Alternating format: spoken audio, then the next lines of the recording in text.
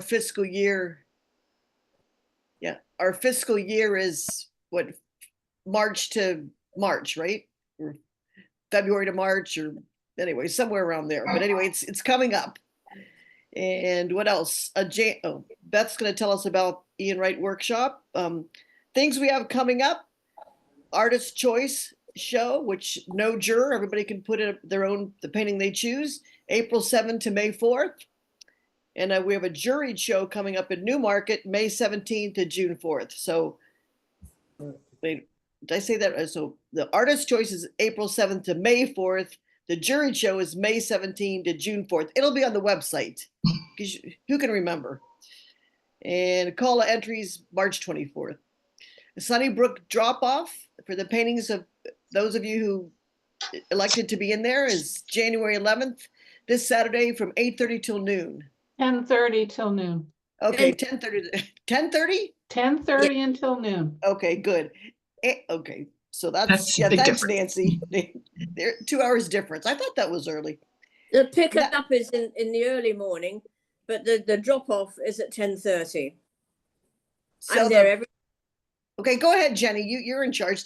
What is it exactly?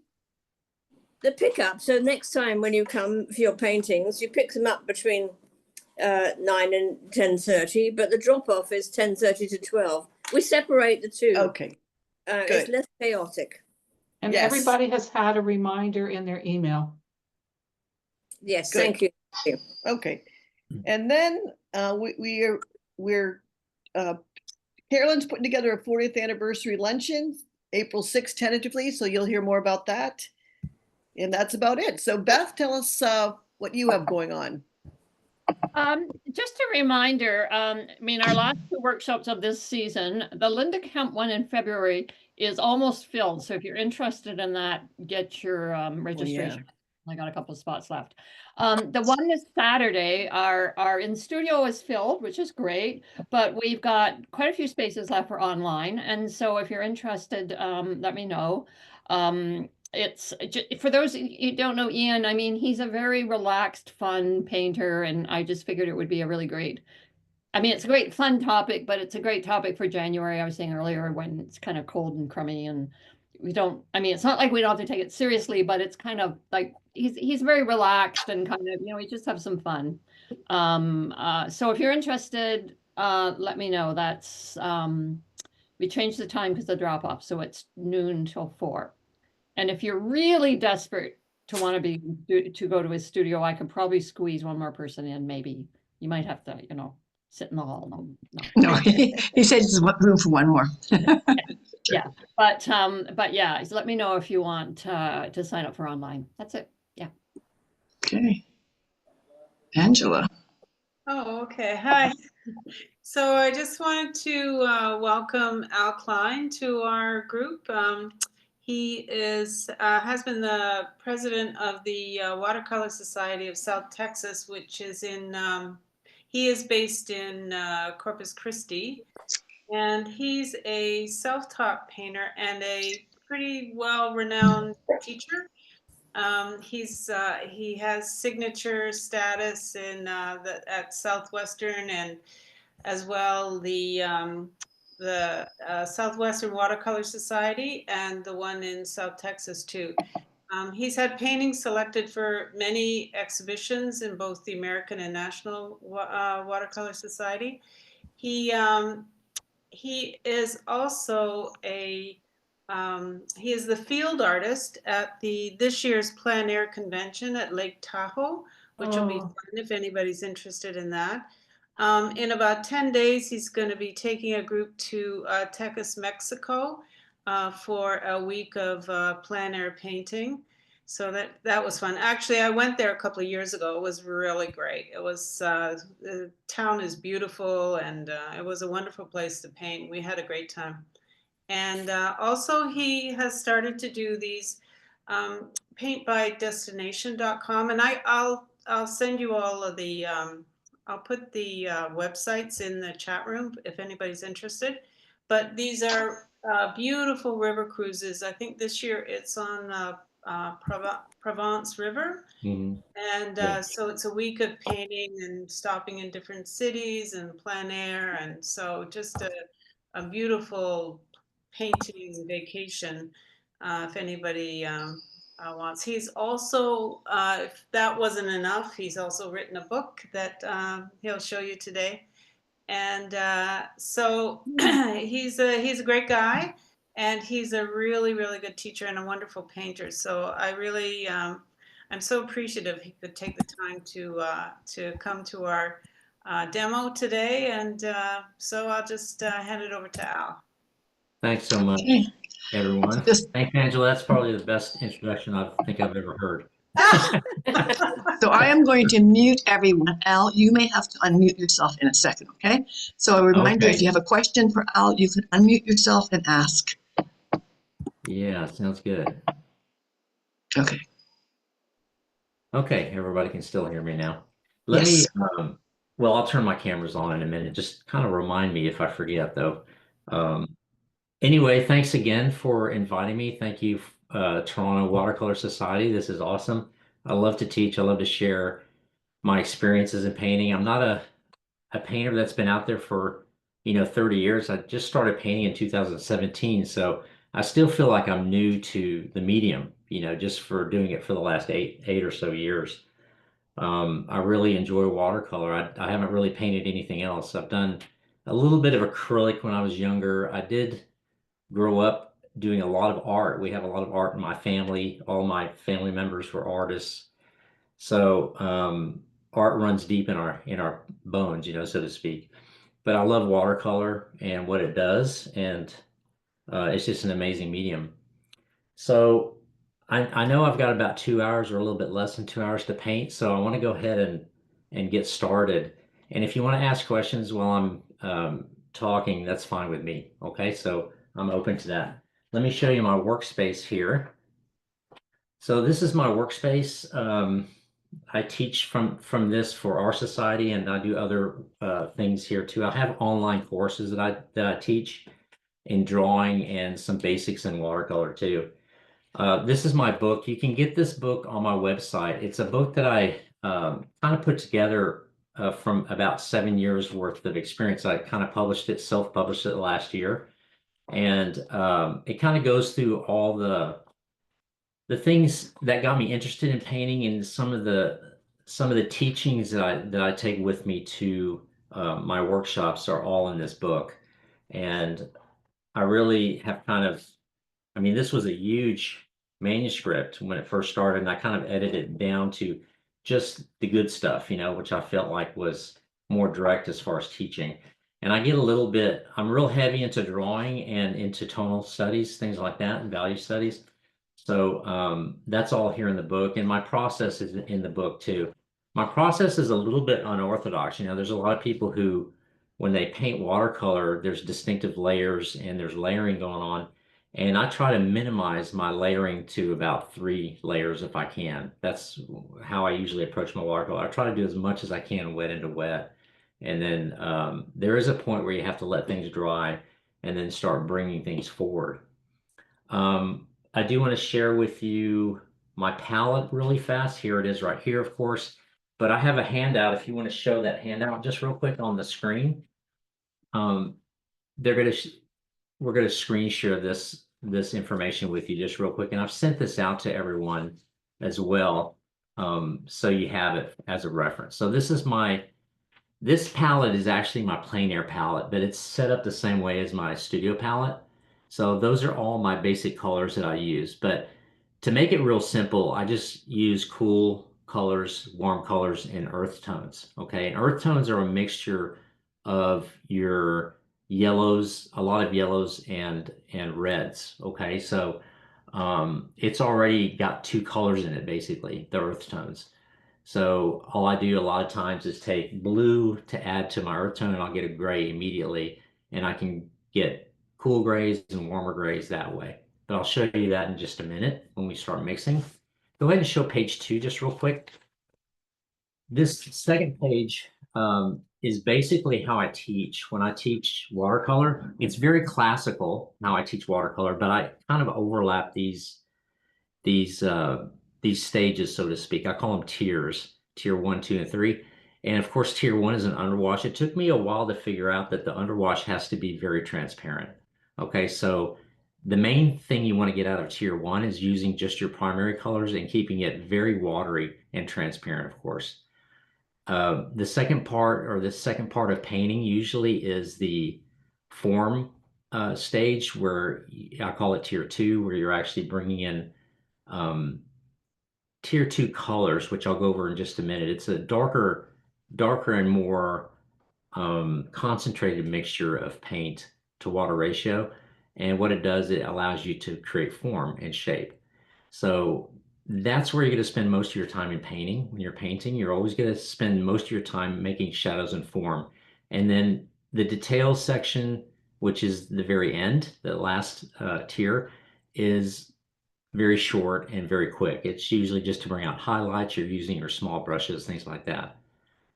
In tier 1, you're using the large mop. Tier 2, you can use synthetics and swirls.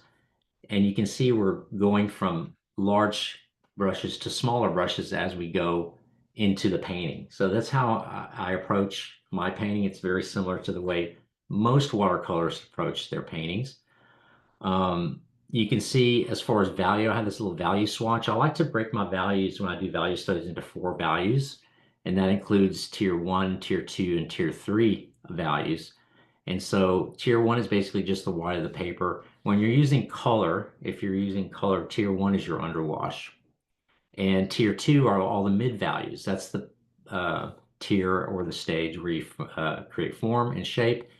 And then, of course, your darkest values are usually your details and the very end of the painting. Now, this is a very simplistic, obviously very simplistic way of breaking down watercolor painting, and it works. It's been proven to work. But you can overlap these stages a lot of times. You can go back, you can lift, you can go back to a real dark and go back and lift these colors and backtrack to tier 2.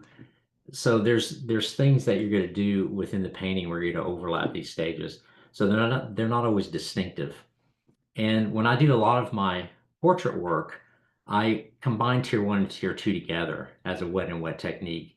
So there's no real drying in between these 2 tiers. Classically, you would dry that first underwash completely and then go on to tier 2. But in some paintings, I do this all wet and wet. So it's just a variation on a theme, basically.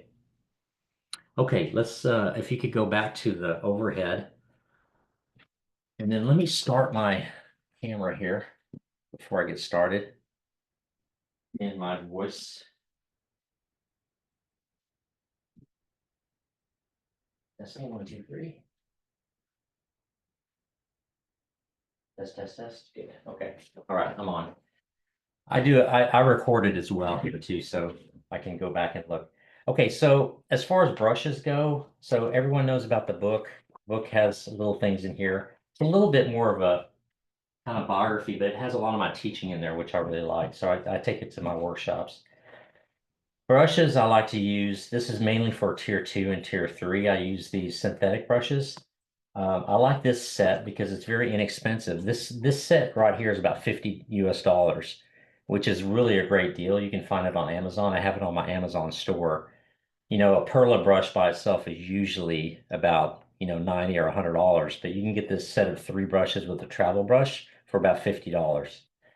And then, of course, I use a mop brush for my first wash. And I use also a hake brush sometimes for the same thing. And I'll even use sometimes a square brush for the same thing. Just a big brush to get a lot of big surface area down as far as the painting goes. I do a lot of texturing. I love to texture, so I do a lot of splattering. I use this palette knife for scratching, and I do a lot of this texture here that I get, and this scraping back that I do here is all done with my palette knife. And there's certain stages in my painting when I do this, and I'll talk about that as we do this other painting. I painted this one. I sent you 2 reference photos. I painted this one because I wanted to kind of show you when you have a simple scene like this, this in itself is really, you can paint this, but it's really not enough as far as I'm concerned. I think you need more in here in a scene like this. And so I take artistic license and I put more into my paintings a lot of times to make it compositionally interesting. And this is important in painting because in paintings, watercolors especially, you want to have, if you're doing landscapes, you want to have some distance and some atmosphere. So I always try to have a background, kind of a mid-ground of light, leaving white of the paper a lot of times, and then having a really strong foreground that kind of brings you into the painting. Now we could have set, trees in the middle ground and brought in some other kind of entry into our painting, but this kind of works. You have a tree here and you have this kind of S, going into the painting. And you can see here, this background, if you see kind of fuzzy backgrounds like this is all done wet and wet. So when I look at when I look at pictures or I'm outside, or I'm outside plein air painting, I always take pictures, of course, when I plein air paint. Most everybody does. And you use that as kind of a reference. But it's nice to see things outside when you're plein air painting because the colors are more vivid, the shadows are more vivid. There's a lot more things that the camera does not pick up. So, but if you're painting from pictures, which we all do in the studio, of course, I look at this as, and I try to break it down into background, midground, and foreground. And I look at edges a lot of times. Now, edges is very important in watercolor. There's only 2 or 3 type of different edges in watercolor. The wet and wet and the dry brush are the 2 main edges that you want to try to get in watercolor, because wet and wet creates this soft look and a dry brush creates a kind of a rough look. And if you're using rough paper like I use 300 gram 140-pound paper, and I think this one is Saunders. I'll use Saunders, Hammermill, or even Waterford paper, which I think is the Saunders. But this has a little bit of bite to it. It has a little bit of grip, and so you can get these nice dry brush effects with it. So that's why I use that kind of paper. I've painted on smooth hot press before, and you can get really some soft, nice edges with that. And you can still get dry brush if you know how to do it. But the dry paper, the dry rough paper makes a really nice edge. So when I approach a painting like this, I look at this as a compositional design, and I bring this in and it forces you to the back. So it's pleasing to the eye. Okay, now for our other painting. And one more thing. A lot of stuff in here that I put in here is in my book as far as how to texture, how to make little grasses and things like that. There's things that I go through, which I'll go through in this painting, that to get these effects, you have to go through a certain process. You can start laying things down, but you have to kind of layer it down and you have to watch your drying time. So as things start to tighten up, I start to add more value if I need more value, or I start lifting and taking value away. So that's the best time to do that is when your paper is kind of damp. So damp is a dangerous stage because a lot of things can happen. You can get modeling, you can get all sorts of effects, but the effects really are nice in that stage. So I think everybody's familiar with the drying times and the stages of watercolor, right? Where you have that first stage where it's super wet, and then you can put a lot of these effects in by increasing your concentration of pigment. So this is wet in wet, and this fuzzy stuff in the background is more concentrated pigment into a wet and wet background. So that's how you kind of get that effect where you don't really see anything definite. It's almost like you're squinting. And a lot of times I'll add some gouache to this as well. I'm very selective with the use of my gouache now because I used to use a lot of it. And if it gets too milky, then you start to have trouble controlling your values and your tone. So I use it kind of sparingly now. And I think that's pretty much it. I'll just go through a lot of these techniques that I do here when we paint this other painting here. So does anyone have any questions so far about what I just discussed? I know there'll be more things that'll probably come up. So this is Hammermill paper, which is, and this is a little bit bigger than the Saunders quarter sheet. But this is, I've cut it out to basically a 16 by 12 orientation, because when I frame, I like to have a 16 by 12. So this is what I do when I paint in plein air, is I have a small board. Let me just show you this real quick. Because I like to board my paintings now when I paint plein air in plein air competitions, and I use this kind of gator board here. And I'll cut out, you see how, well, not cut out, but I will kind of draw out this 16 by 12 or this 12 by 16 panel. This is a hardboard panel that I got from, I think it's Cheap Joe's. And I like to put my watercolor on this later. I like to put it on there, and then I like to wax my watercolors because the waxing gives it kind of a really nice look. Al, what Yeah. kind of wax do you usually use on the watercolors when you're not putting in glass? Oh, it's a cold wax. Wax. Yeah, and I don't have, I'm looking here. Yeah, I do have it here. Hang on just. Doorlands? It's a Dorlands, yeah. Dorlands. This one right here. That one. Okay, thanks. The Dorlands wax medium. And I use a palette knife and just wax it up, and then just use a soft cloth. And the more layers of that wax you can put on, it gets a little bit more shiny, you know. But I kind of like the matte look to it. I can show you, I have a watercolor hanging. Let me grab a watercolor hanging. I'll show you one that's waxed. Hang on just a second.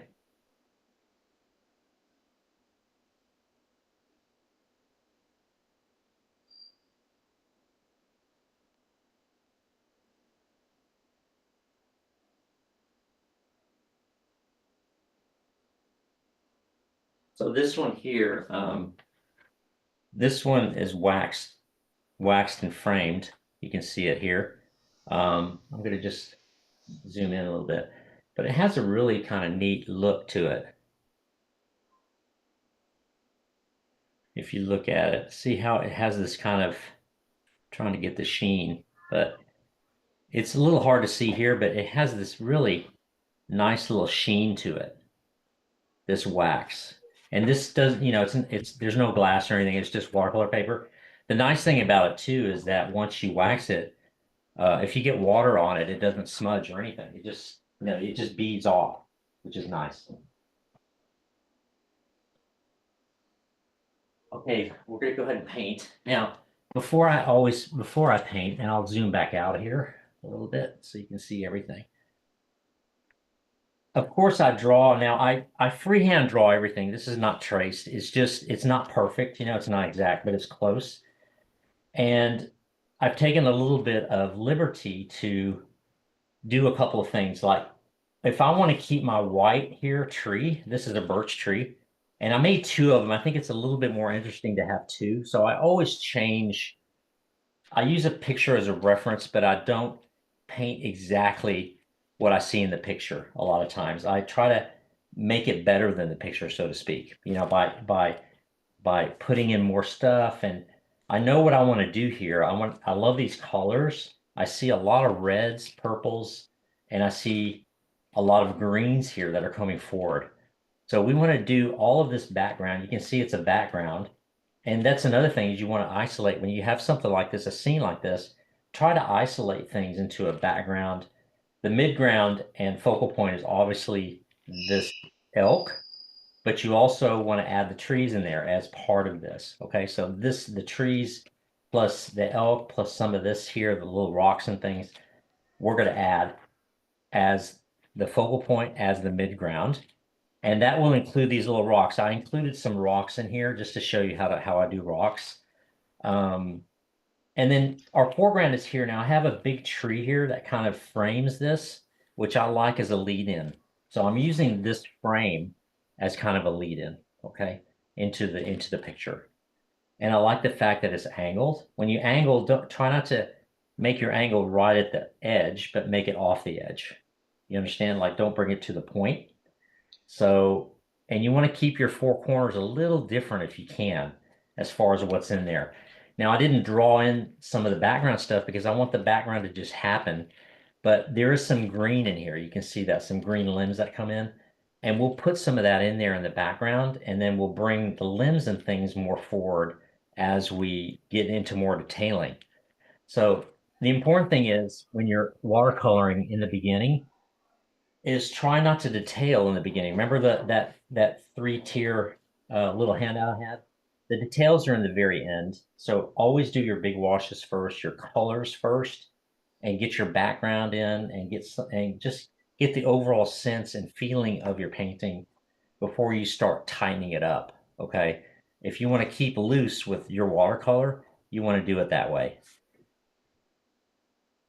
Okay, so let's get started. And I don't typically pre-wet my paper either. Now I want to show you one little thing before we get started, if I can find it here. There's a couple of ways that I mask. Now I will do this out in the field as well. I just have tape with me typically to tape my board. And if I want to tape off a tree or something, I'll tape it off like this. But I also have, and I've used this outside too, is I use masking fluid sometimes.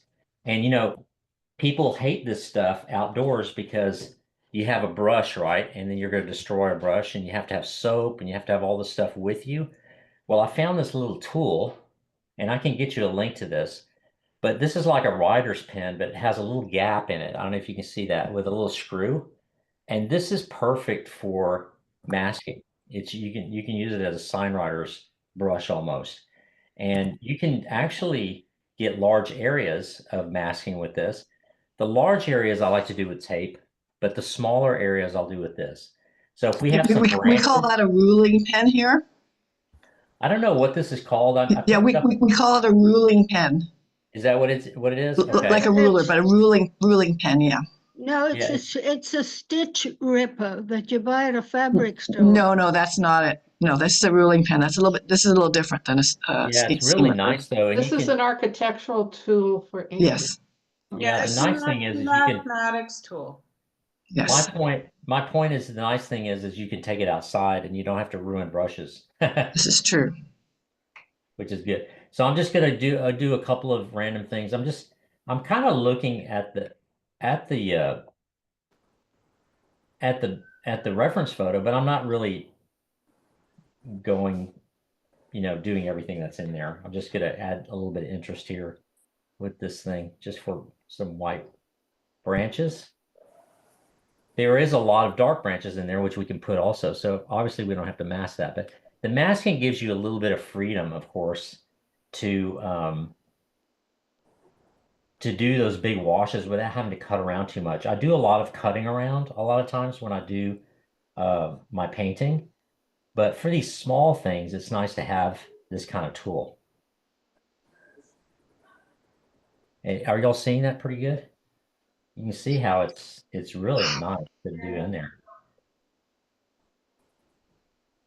And I don't want to overdo it. You can get a little bit too crazy with this stuff as far as overdoing your masking. And on the picture, I do notice there's a little bit of a white edge on his horn. You see that right there? So I might just mask off a little bit of his horn here. And you see, I can get pretty big coverage with it.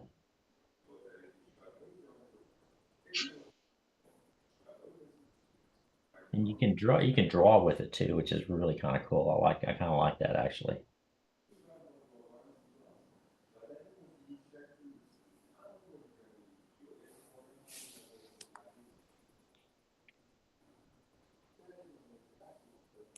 And of course, even when you're masking, try to stay kind of connected to everything. Don't disconnect shapes and things. Try to keep shapes all connected when you're painting and when you're drawing as well. So that's it. And then, you let this kind of dry and I just take paper and clean it. I can just clean it off with a little bit of paper. So I just take paper, wipe it off, and you're done. No soap needed. You don't ruin any brushes. I love this tool.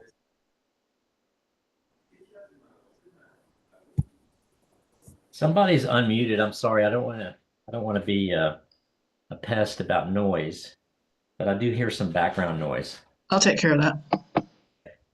Done. So let's get started on painting. So let's go ahead and just do tier one. Tier one for me is watery wash. We're going to do the background mainly and get some of these colors in. We're going to color in everything is going to be colored in, so to speak. We want to leave some white, obviously, because we have a lot of snow here. But snow, as you know, is not perfectly white. It has a little bit of color to it. And especially when you start getting into shadows and things, there's a little bit of blue or purple into it as well. But for the most part, all I'm looking at is this big shape here as a background. And then our elk, which is our main shape here. I'm not worried about the trees. We'll do all of that last, and we'll do most of the elk and the darks in the elk last. But what I want to get in mainly is the background and these colors. I see purples, reds. I see a lot of different colors here. And this is a good time to mix these colors right on the paper. So I always start when I do a wash with my palette and 3 primaries. So in tier 1 on that little sheet, you see my 3 primaries are just cobalt blue, alizarin crimson for red, and yellow ochre for my yellows. So I'll use that in the first stage. And because I want to get some large surface area here, I'm going to use a square brush here. I can use a square brush or even a hake brush, okay, to do this with.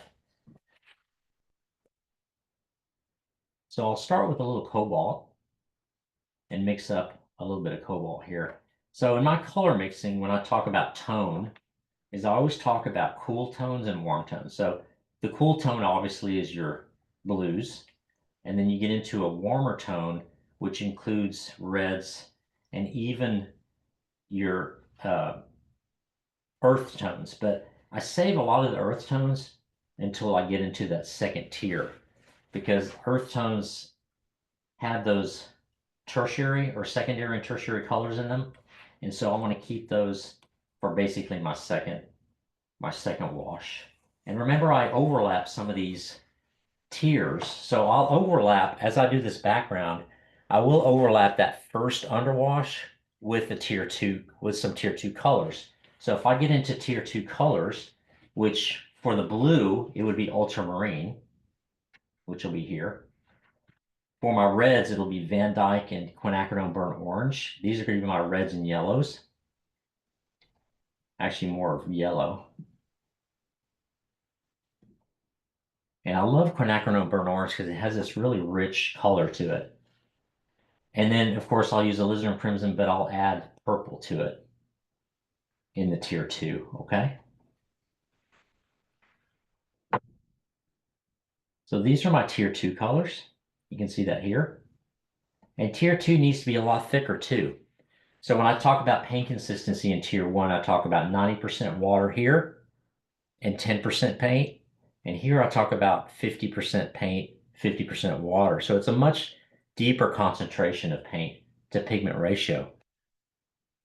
And you need to have that in your form tier, your second tier, because that's the only way to get that contrast, that push and pull between your first and second tier, is the concentration of pigment. And remember, if you get too concentrated with it, it's going to start bringing things forward. Now, we want to keep things a little bit back. And because the elk is a positive shape on a negative kind of background, we want to keep the background not as dark. Do you understand? Because we're going to have a dark positive shape on a lighter background. If we get too dark with the background, it's going to compete too much. Do you understand? This is a concept that's very difficult for a lot of people to understand in the beginning when they start painting, and then you start looking at your watercolors and they start to turn flat because of that. You don't get that atmospheric perspective. You don't get that atmospheric look to your paintings because you're pushing your background into your focal point. Do you understand? So this is something that you have to work on. And the only way I can tell you to work on it is always separate the background from your focal point. Okay, so here we go. So when I look at this, all I look at is tone here. Tone and value. This has to be a little bit darker. This has to be a little bit lighter over here. This has to be greener, bluer. This has to be a little bit warmer. Okay, that's the way I look at it. So if I want some cool, I'll add it here. Okay. Oh, and this is Hammermill paper. It's not as rough as the Saunders. And you see how I'm mixing these colors on paper. These are tier 1 colors. And when you do this, always look at your brush strokes too, because, and I'm going to get a little bit warmer over here.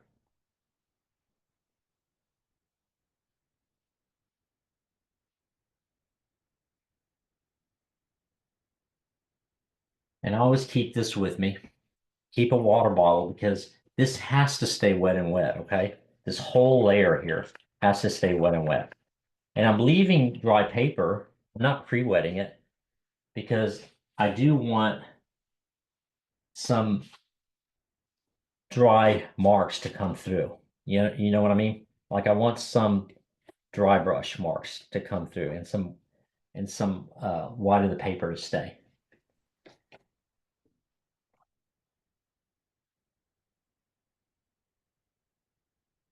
Just let watercolor do it. Don't try to control anything. Now I'm going to start adding some of this tier 2 stuff, just a little bit here and there. And all I look at is just tone now. As I look and see, okay, is a little bit darker, is a little bit lighter. And remember, we don't want to compete too much with it. But I'm going to keep this side a little darker than the other side. A little bit cooler too. Gets really messy this first stage. But that's the beauty of watercolor, actually. Now I want to gray some of this off. You know, I can get grays by mixing all this stuff together. And I'm going to lift up a little bit of this, because if I get too watery, I want to get a little bit more pigment in here. So for grays, tier 1, just use your 3 primaries, and we'll get some grays. Now another quick way to get gray is to take your blue and mix it with a earth tone, like burnt sienna. If you mix it with burnt sienna, you get an instant gray. You see that? And so we can get a warm gray and then keep it cool down with our cobalt.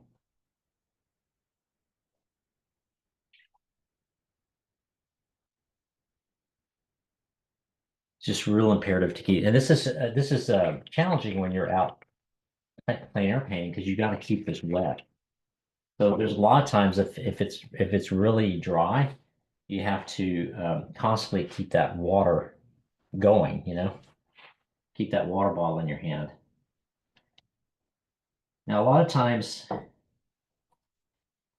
these kind of purples that we're seeing in this area, I like to mix up with just red and blue. I have a purple, but it's so much better. Now, here's something I want to show you. See that? That's an accident, but I like it, so I want to keep it, okay? That's another thing too, when you're painting, if you see a happy accident, try to keep those things. I'm always looking at my paintings to see, you know, what's working, what's not working, kind of thing. And if there's something working and I like the way it looks, then I just keep it. Now, I'm not worried about going over all of this, because this is going to be a lot darker, the elk. There's going to be some light here, but most of this is going to be a little bit darker. And I do tilt my board a lot of times. If I feel like things are moving in the wrong direction, I just tilt. I can also, and you see with the tape there, it creates a little bit of a backstop to the watercolor. When you paint in the studio, do you paint standing up or use? I always paint standing up, yeah. Yeah, Always. Okay. I'm standing up now. Okay. And I'm just looking here.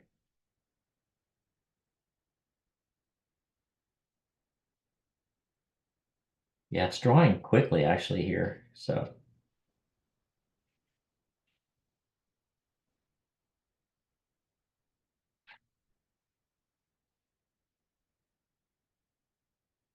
I love this, what's going on already. See how all these colors are kind of mixing? I'm gonna keep it wet. Keep it as wet as I can. And I always move my board too. I do a lot of that, moving the board.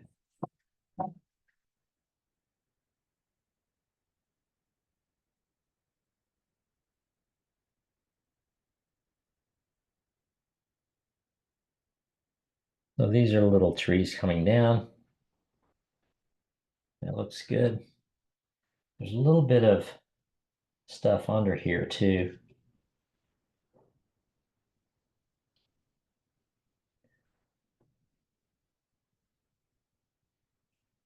And then these rocks, I'll just make a little warmer.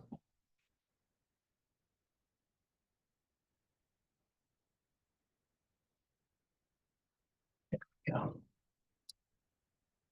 Okay, now what I want to do is I want to add some more color in here. See, there's not enough red. I don't feel like there's enough red, so I'm going to take some quinacridone, burnt orange, and just start adding a little bit of red in here.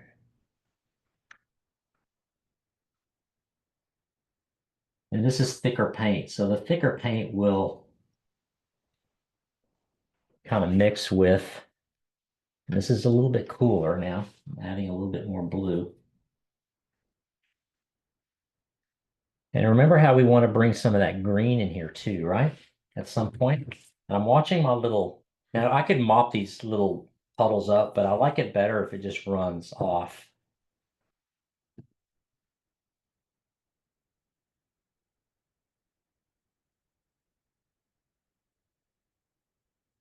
And I have to be careful here because I don't want this to mix with my elk. So I'm going to use this stop in certain areas. Okay, so I can let this come to get together. That's okay. And let this come together. So this is the underwash to the elk. Okay. And you see it's just kind of a what do you call it? An ochre color at this stage. I'll get into a darker color as we get into tier 2 here. And again, we can mix these tiers a little bit if we need to. Now I want to make sure if it bleeds in a little bit, that's okay. You know, some of these areas, that's all right if it bleeds in. The area is going to be darker. And then I'll use a little mop here to kind of soften the edges here to this, okay? Because I want this transition to be soft. So I just take water and add it here. And this is pretty light here, so we can even keep a little bit of white there if we need to. And if I get a little bit of this purple coming in here, I'm not worried about it, okay?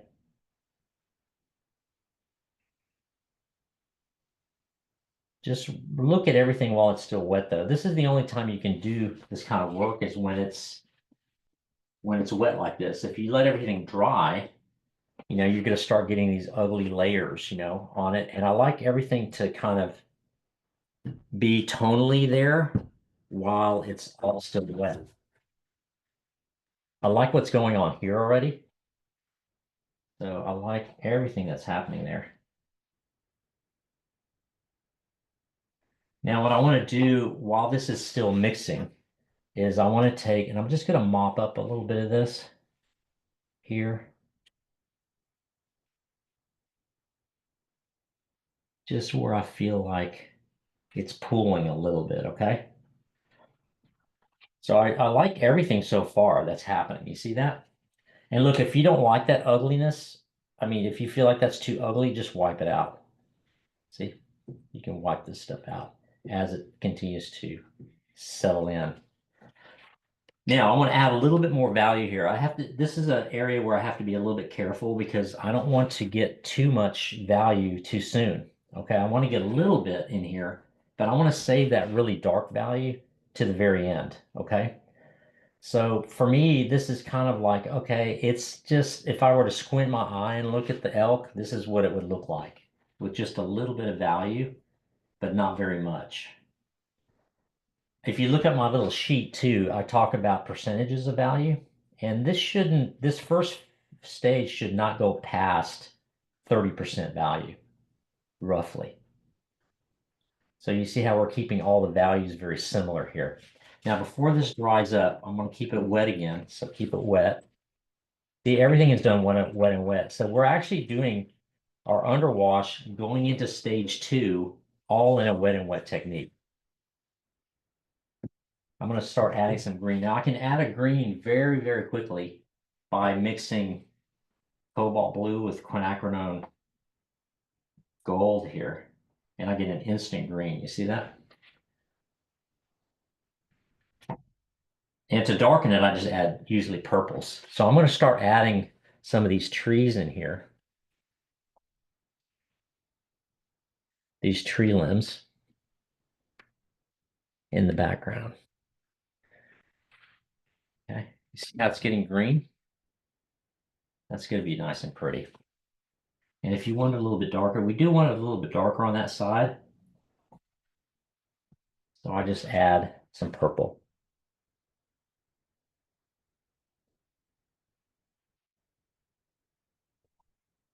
Now look at everything and say, wow, does this look fuzzy to me? Yeah, it looks fuzzy.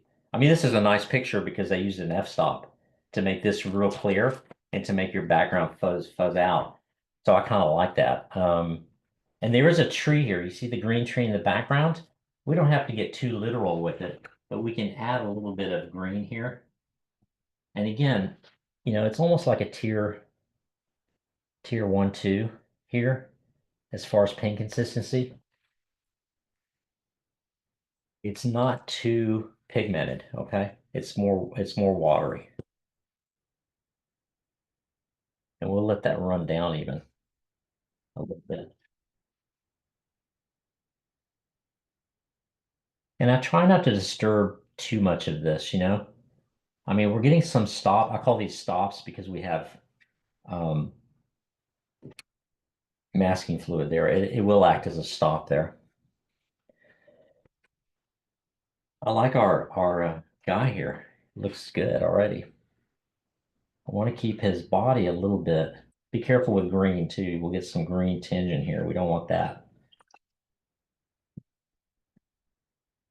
Need to get some clean water. I have another bucket. I have a second bucket over to the side. In the studio, I always like to have a big bucket of water here. Show you. See this big old bucket? I keep that in my studio because any clean water, I always have it.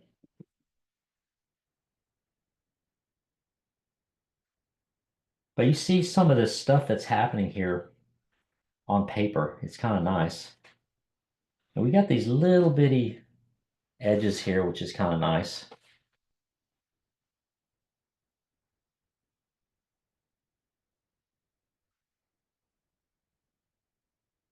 I'm kind of fiddling now, but that's good.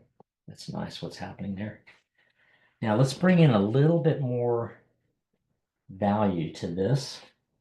And again, see, this is almost dry. So I want to keep it a little bit wet here.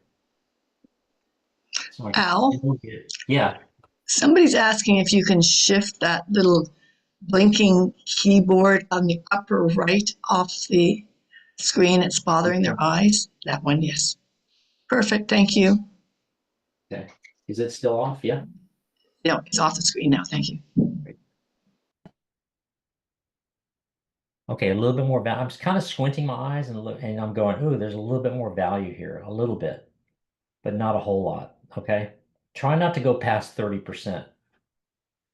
And see, this is all wet and wet, so it's going to really mix nicely in here.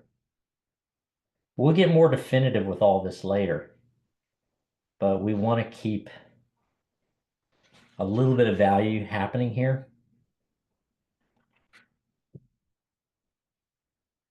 And I just love what it does. This is something you can only get with watercolor. So I'm getting a little bit of burnt sienna and burnt orange because I see a little bit of burnt stuff here.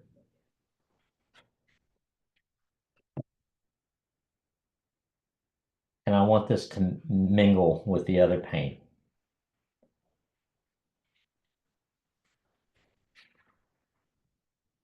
Good. We're almost at a point where we need this to dry so we can work on our other stage. And really the other stage to this is adding a little bit more detail onto things, bringing things into the painting.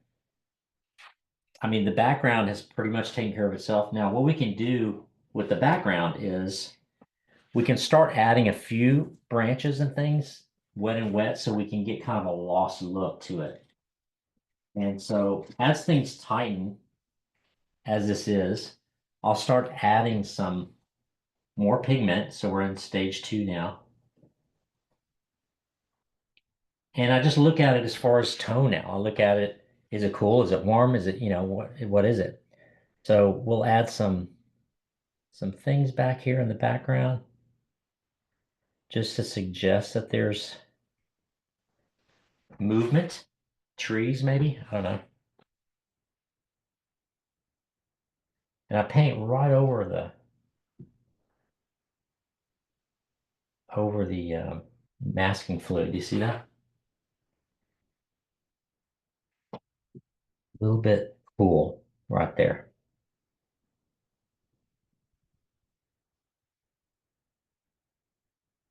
Remember that accident? I left it, see?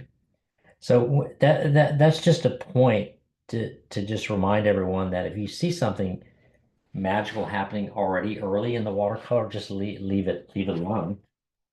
Try not to mess with it too much. Now, another thing is if I want to start etching anything out of the background, you have to wait for that damp stage. It's still pretty wet and we have a shine to it. But there are some areas like right in here that I can etch if I want to. So if I want to take my etching tool and make a little branch or something coming out here, I can do that now.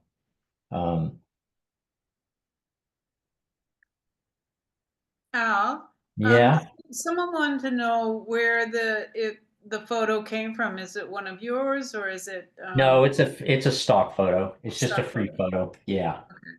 Thanks. And I'm kind of watching this just to make sure. Now I try not to mess with this too much, okay? Because that's something I've learned about watercolor is when things happen, just let them happen and try not to force them. But there are some things that are going to happen here because of this mixing. And remember, this is still an underwash, so we're going to be painting over this. So don't worry about too much of what's going on there.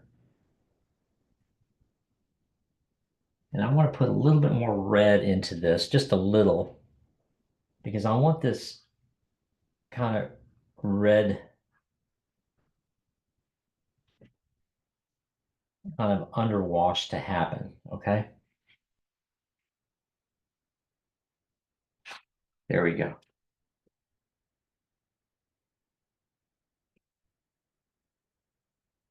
Maybe a little on the head too. There's a little red up there too. You just have to look and see where your warm and cool colors kind of are. Okay, I like what's happening. So this has to get a little bit darker because we want that branch, that dark green branch, to come more forward. So now to get things more forward, you have to have more pigment.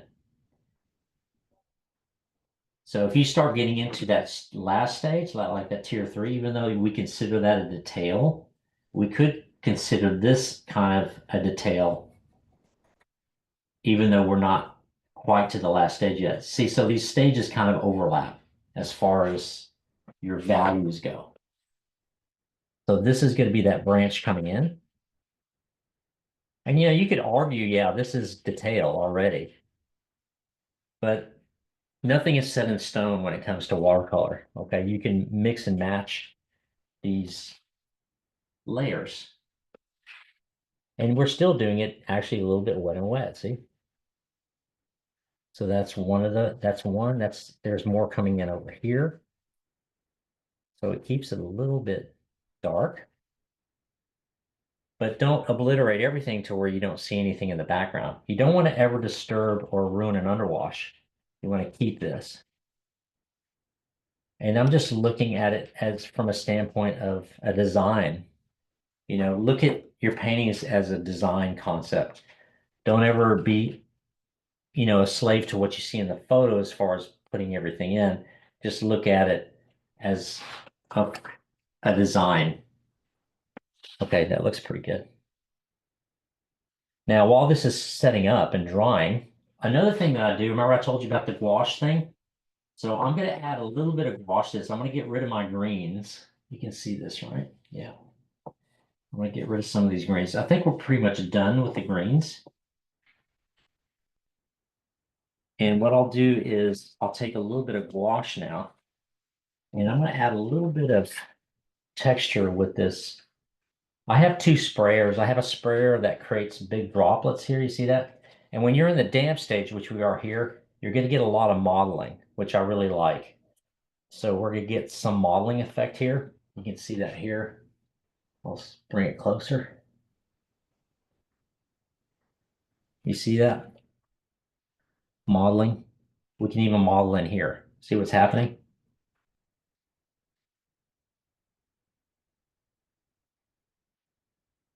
See the modeling effect we're getting? All of that. I love that in my paintings. We're going to cover some of it, of course, because we're going to have another layer over it. But this unifies my painting. It helps me to keep things kind of all together as far as everything connected to one another. I wanted to add a little bit of value to the rocks earlier. I'm going to do that here. Just put a couple of little things in here just to add value.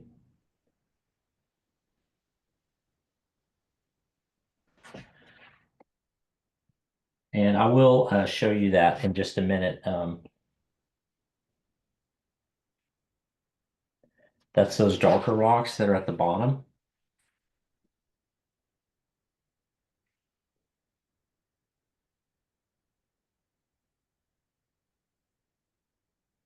Design, okay? And if you get a little bit there, just kind of mop it up. Okay. Now, what I like to do to get a little bit of effect here is I'll put some droplets on it. Not everywhere, but just soften it up a little bit there. Just to get some nice things happening there. Now what I'll do is, I feel like I need a little bit of cool here, okay? I don't feel like this is cool enough. So what I'm going to do is add a little bit of cerulean and cobalt and purple. So I use this as kind of my, and I've got some really dirty water here, so I need to use the clean stuff. So Al, Yeah. where is the light coming from in this picture?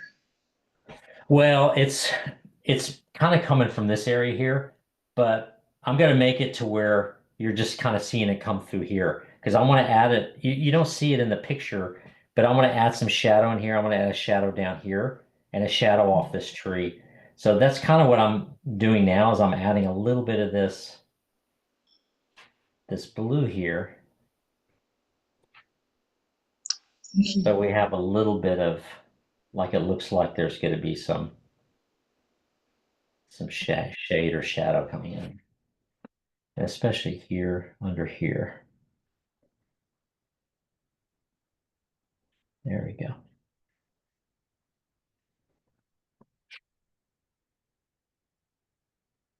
And look for dead areas. I see some dead areas here. I can put some brush and stuff in here. There is a big branch coming across the photo. Of course, we're taking that out.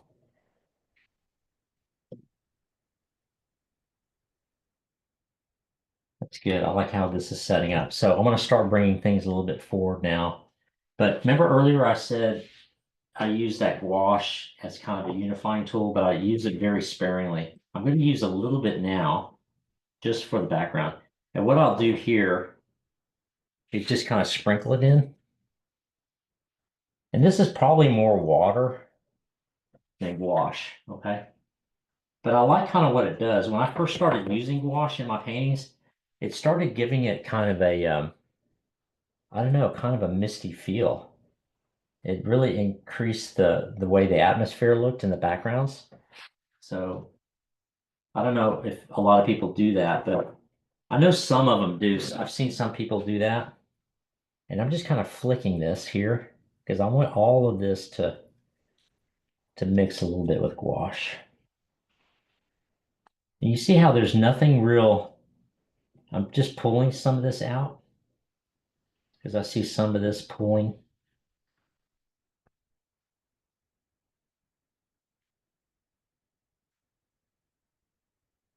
There we go. Good. And I'm just looking at the reference here. His muzzle needs to be a little bit darker. And there's a little bit of light in here. See, I do lift a lot too.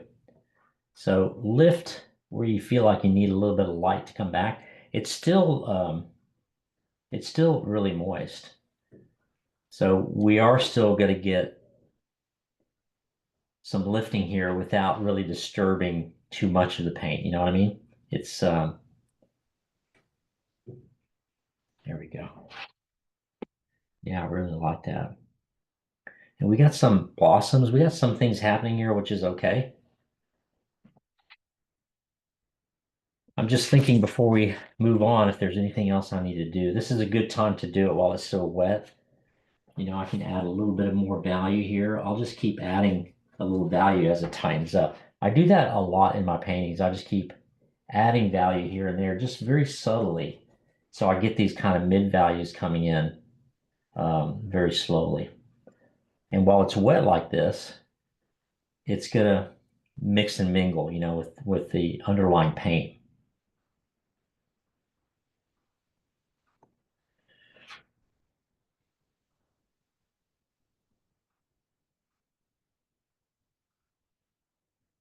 And I'm very careful about, you know, what I see, what I see where. And I'm getting some dry brush effects here too, which is what I like.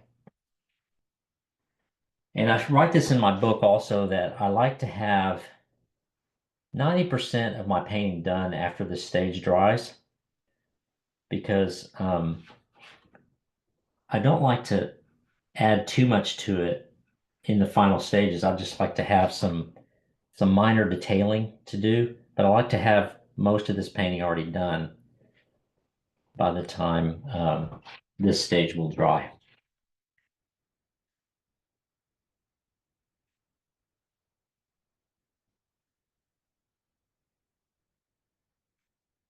Feel pretty wet there. In order to get paint really to stick at this stage, as it tightens up, it has to dry. You know, you have to get some drying, but it doesn't have to be completely dry, not 100%.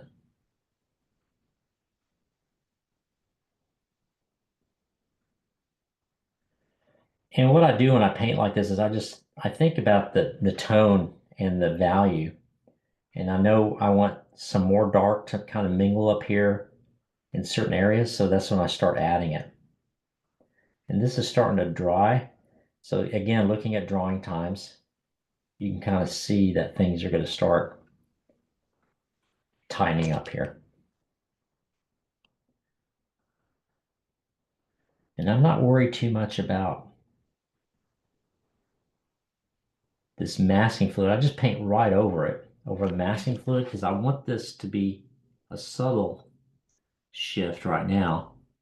And remember, in the detail part of this painting, I'll start adding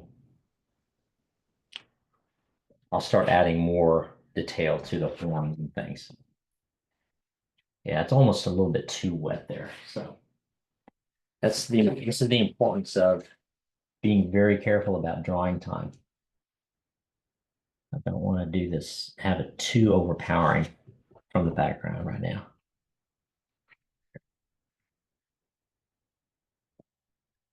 Looking good. And here, again, a little bit of gouache here, just to let this mingle while it's wet. You know, this is really just something that I do all the time, but I don't know, it just really adds to my paintings for some reason. It's kind of a controlled way of looking at the painting and the values as it tightens up. See, there's a big green spot here. So what I need to do is get, while it's still wet, you don't want to let this, you don't want to let this dry completely, but take clean water and just clean this off.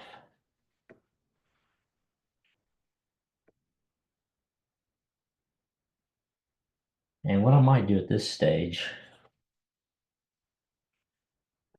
is try to dry this area with a blow dryer just to speed things up a little bit.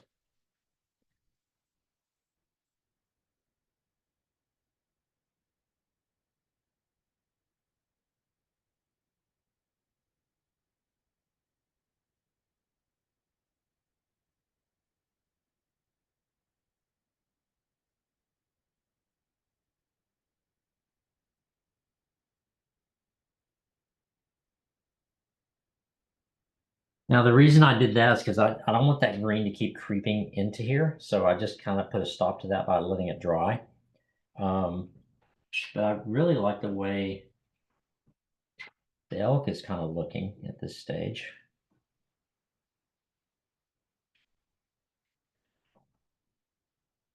And when you paint animals and things, always go the way of the anatomy. You know, like there's a rump back here, so I always go circular here.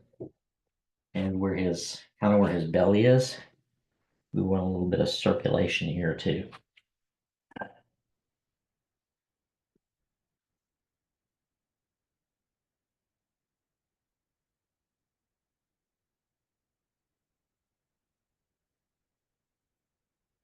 Adding a little bit of cool here just to vary it up a little bit here.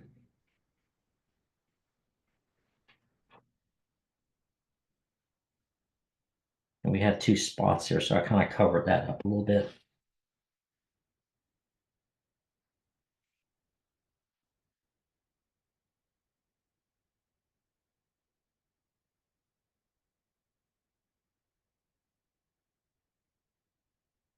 Now, as it continues, how much time do I have? We're doing good. We got about a little less than an hour. Is that correct? Yeah. We've only been going an hour, right? Yep. Okay. Anybody have questions? What, Yeah. who were when you first started out, you said you started around 2017? Uh-huh. So who are your influences? Like what painters were you looking at the time? So I was looking at all the Impressionist painters, like Frank Hebert, trying to think who my first teachers were. Oh, Vlad Yeliseyev, you know, all of those Impressionist type painters. And then of course when I was doing a lot of reading on watercolor, I looked at Andrew Wyeth, Percy Gray. I looked at a lot of the Impressionists from around the turn of the century and our last century. So those are the people that probably influenced me the most as far as painting goes. I'm just adding more value here as it tightens, okay? We're almost dry here.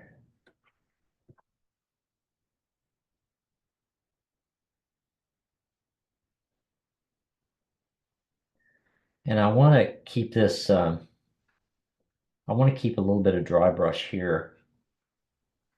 Andrew, are you paying attention to warm colors and cool colors or just sort of going by instinct? Well, no, this is all kind of warm colors, but I'm looking more at value right now as I try to tighten up the end of this painting. I'm looking at, because we're getting near the end here, so I want to keep the values correct as I keep painting. And you see this nice red that we put in the underwash? That's all still there. So I'm not trying to cover anything up. I'm trying to keep things kind of still working wet into wet, so to speak, to a certain degree. This is almost dry, but not quite. So I'm still getting a little bit of mixing. But I know I need some dry brush here, so. And I'm just adding value. You see that, right? I'm just adding, and I know right here it's still kind of wet, so I need to add a little bit more paint than what I have. But it still goes with my overall saying that the more you kind of can do wet into wet, the better it's going to be. And what about transparent? Are you worrying about, like, are there do you avoid opaque paints or not? Well, there's some opaqueness in here because I've been using a little bit of gouache. But yeah, I try not to paint it so heavy, and that's been a big problem for me, is I tend to paint so opaquely that you lose those underwashes, and you really don't want to do that in watercolor. You want to maintain some of that underwash to your paintings. You don't want to cover all that up.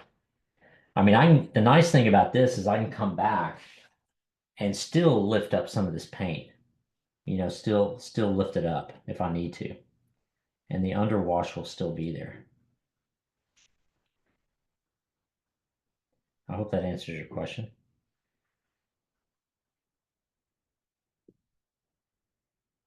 And you can see value-wise, this is real dark still here on his face. So I'm just thinking about value more than anything right now, but trying to keep it wet and wet to a certain degree.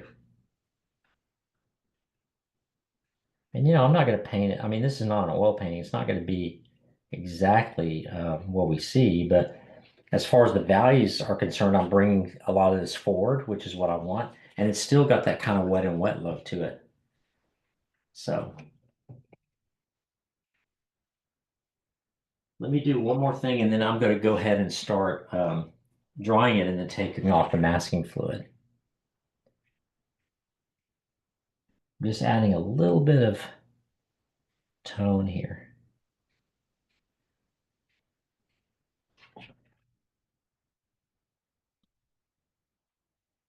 And you see how I'm getting away a little bit of looking at the actual picture, and I'm looking more at what I see here now.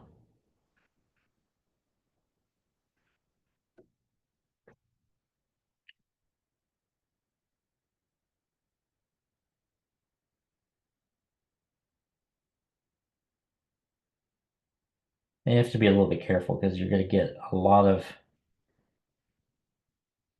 wet in here that may disturb the underlying paint, so we have to be careful with that. Okay, let me dry this though, so we can go ahead and start taking off some of the tape and start getting some more detail in here. But before I do that, I'm always fiddling. I really liked it. I'm just looking at it and really liking the red here. So I'm going to add a little bit of this red in here.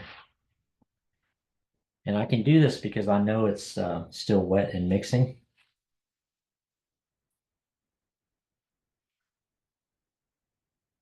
What happens when you do this is the colors do mix in the paint. It's just like when I put the gouache on.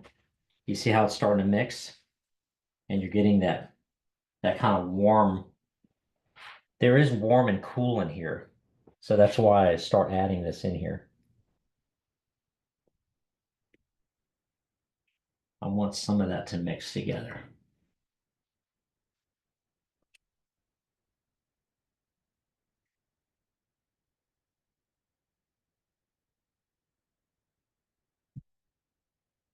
I like that better, a little bit more red. Okay, let me go ahead and dry this and then we'll start pulling off some of the masking fluid.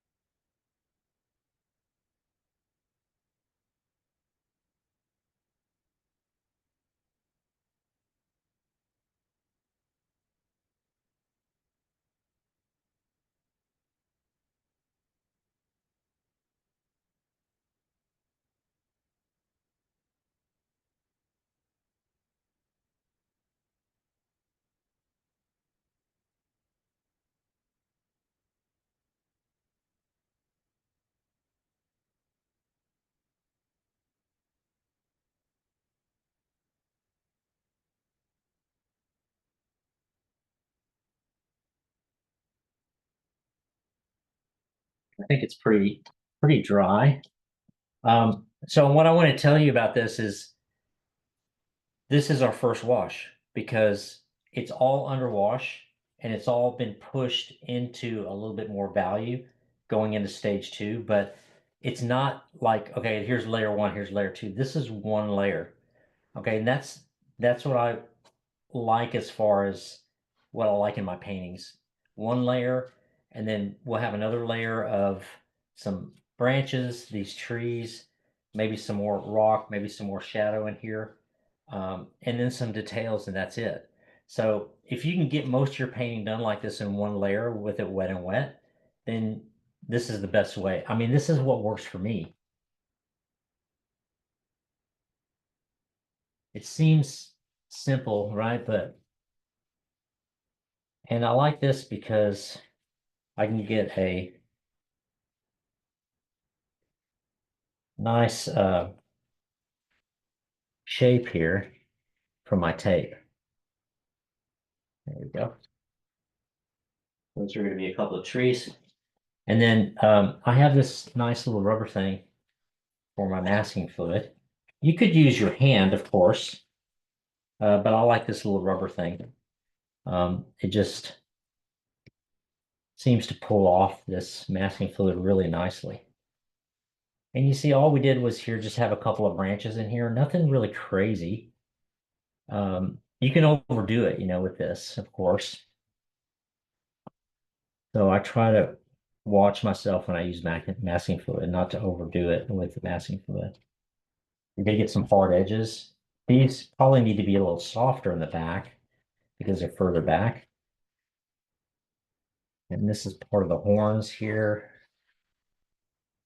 which we'll clean all that up in the next stage here.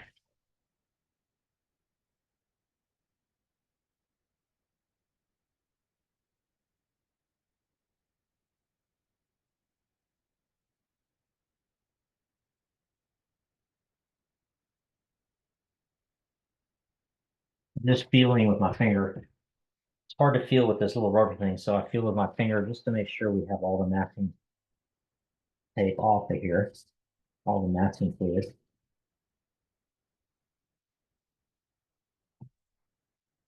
There we go. And you see how we have nice transparency. If you look at the picture now, I mean, I'm seeing this. I'm seeing this background here. I'm seeing this transparency. And that's what you kind of want. And then now we're going to start bringing things more forward. So we're going to start bringing our tree forward, our elk. This is our focal point. These rocks we'll bring forward. And this tree that kind of frames our painting will be forward as well. So I have a quick and easy way of doing this. Give me just a minute. Does everyone want to take a little bit of a break? Like a 5 minute or a minute? Because Yeah, that sounds good. I gotta change my water. Let me do that real quick. Yeah, we can take a few minutes break. Okay.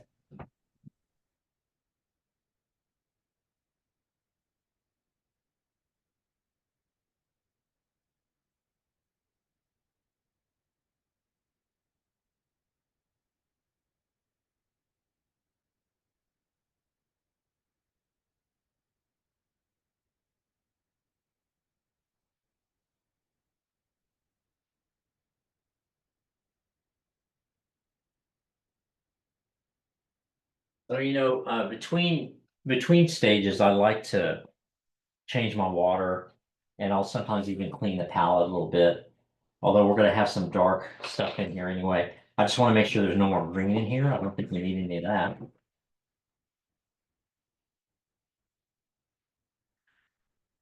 So now I'm going to get into a little bit more definitive painting, more detailing. This is nice and soft and fuzzy. There's nothing real detailed here for me. So what I'll start doing is start getting into a little bit more detail work now. And for the tree, basically what I like to do is just take a little bit of cool and warm colors. And this is still, again, tier 1. Just take a little bit of these 3 primaries. And we'll take a little red too there. Mix that together. And to me, this will be just a little bit of just kind of an underwash here. And this has to be very, very, you have to be very, very careful that you keep some of the whites and stuff in here, okay? Now remember the light's kind of coming from this direction, so what we want to do is make it a little bit darker on the left side. And I'll show you why this is important for me to do, because it does create a little bit of movement of the second layer of paint that I put in here. And I'll do this one as well here.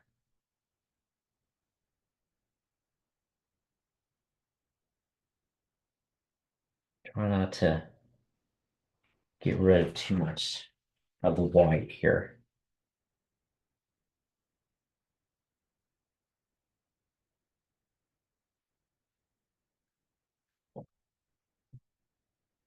Now what I'll start doing is I'll start adding a little bit of this darker color. And again, this has to be pretty thick because it's got to mingle with the other paint.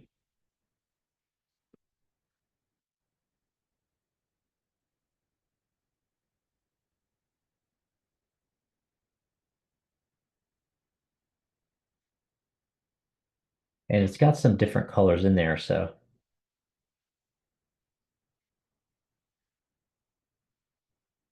And again, we don't have to do it exactly like what we see on the photo. And I'm just kind of moving this around just to kind of give us the impression of some movement in this, the bark and stuff in this tree. And again, I'm just mixing a little different colors here.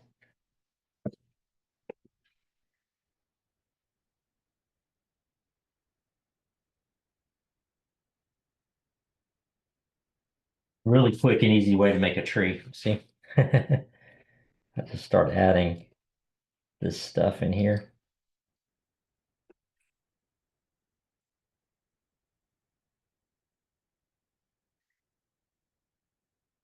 Painting with the palette knife.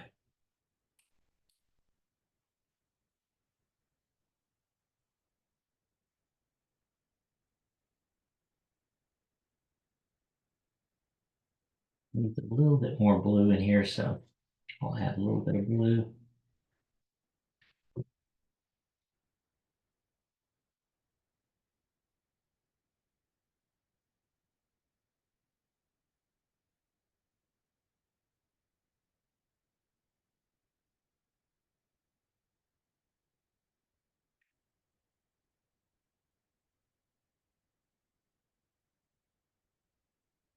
And again, everything has to be kind of random, when you do this kind of work.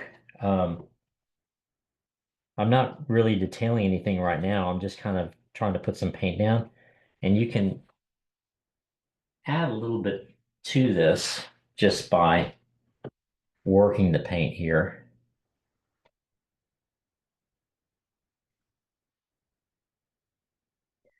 And get into a little bit more detail if you like. And what this does, it kind of forces you to work with what you have. So you're not kind of, privy to what you see on a photo or what you see in front of you, but you just kind of paint your painting, so to speak. And again, random strokes.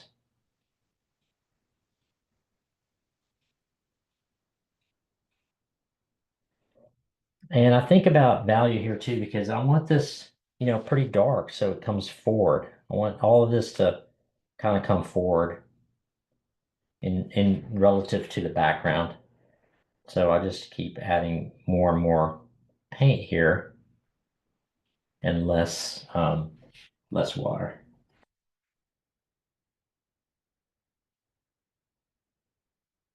So yeah, there is a point where some paintings can get, like somebody asked earlier about opaqueness. Yeah, you can get a little opaque here and cover things up, but there's really not much underneath this anyway. I mean, there's just some white paper. So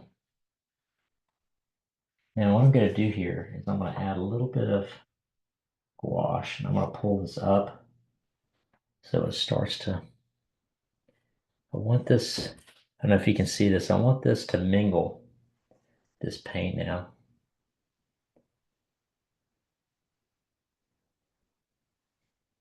And don't do it everywhere. You know, just do it in certain areas. This is opaque paint, and it's going to mix with this paint. So the only thing that I want to happen here is I want things to mix on paper, so to speak. And I want the paint to interact with each other.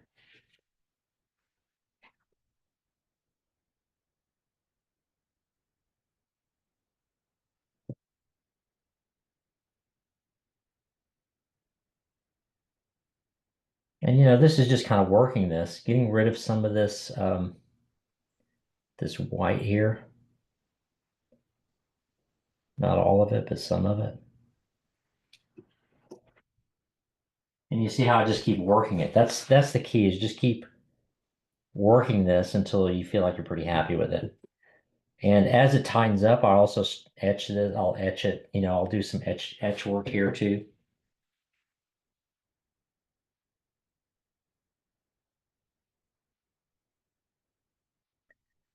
You see how just slowly, you know, you don't have to get rid of all your white paper right away, but you can be selective, you know, in the way you want to get rid of this.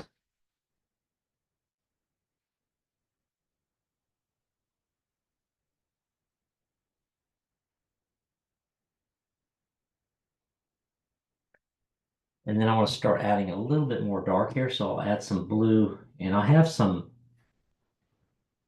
also have indigo in here, which is pretty staining.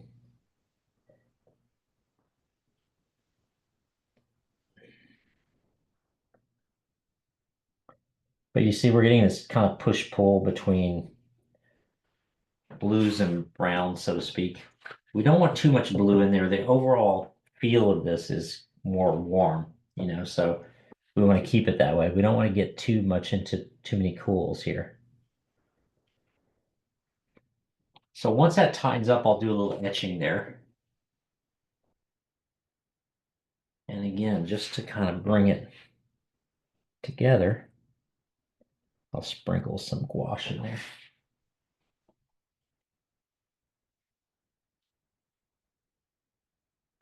You know, once this dries, you don't even see it, you know, which is amazing. I mean, of course, I couldn't send this to the Transparent Watercolor Society because it's got opaque paint in there, but you know, like all that spraying we did over here, you can't even see it anymore, but it does give it a soft feel.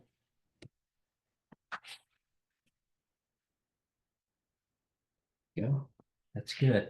Now, in the painting also, I see, let me bring this kind of together now with a little bit more definitive brushwork, just where the darks are.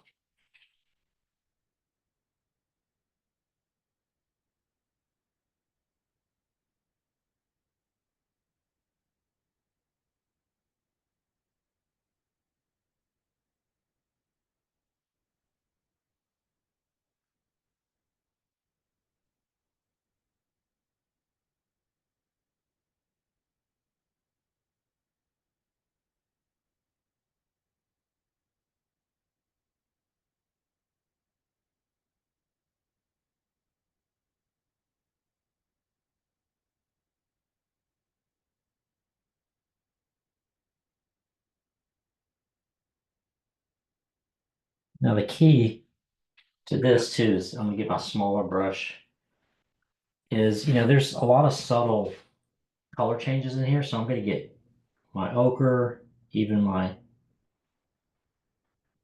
quinacridone and burnt orange, and just start, while it's wet here, this is still a little bit wet, start adding a little bit of this different color in here. And then I'll put a little bit of gouache in here as well,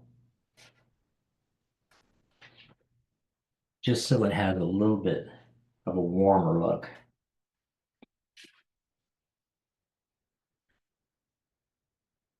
And see, this gouache will mix with this brown that I have and give me kind of a lighter brown there.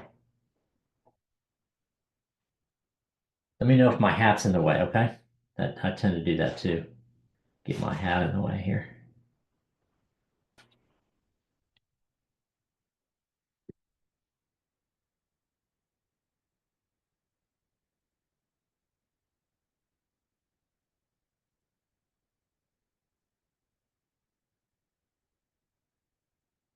Again, a lot of this will dissipate this white that you're seeing. But you see, I don't have to do a lot here. Just add a little bit of value here and there, and then we can start making this look more full and more real, just because I'm adding a little bit of this to it here.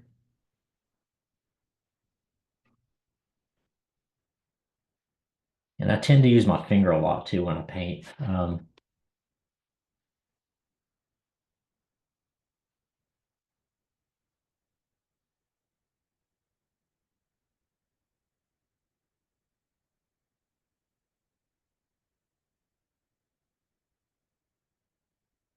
And this shadow that he has on his face is kind of it's more of a, it almost looks like a purple shadow here.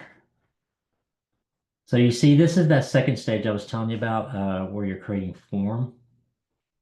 There's the eye right there, roughly.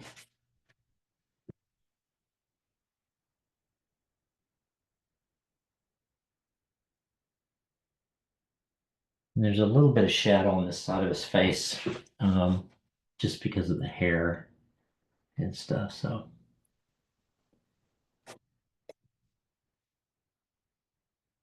and again, I'm not gonna try to destroy too much of this underwash, but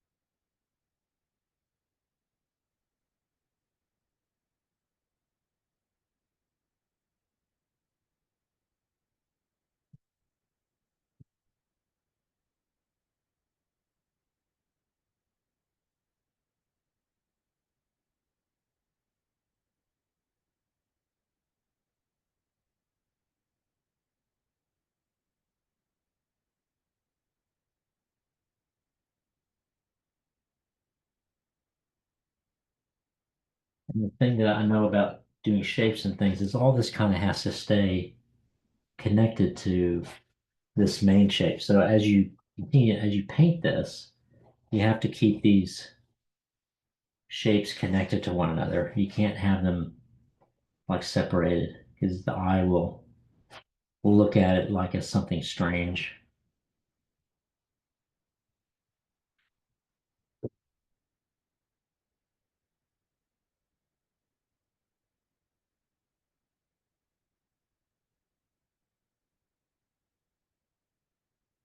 Just connect these shapes together. We just need a little bit of form here is all we need.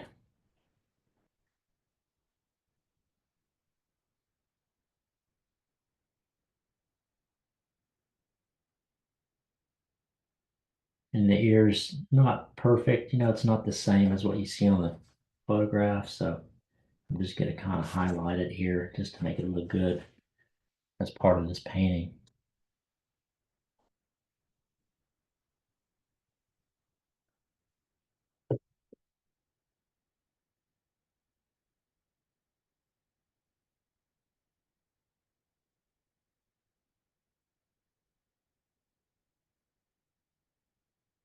There. And again, I just, even though we're kind of detailing a little bit, just think of value here.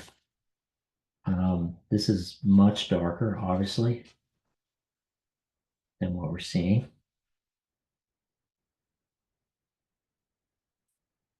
Kind of negatively paint that there.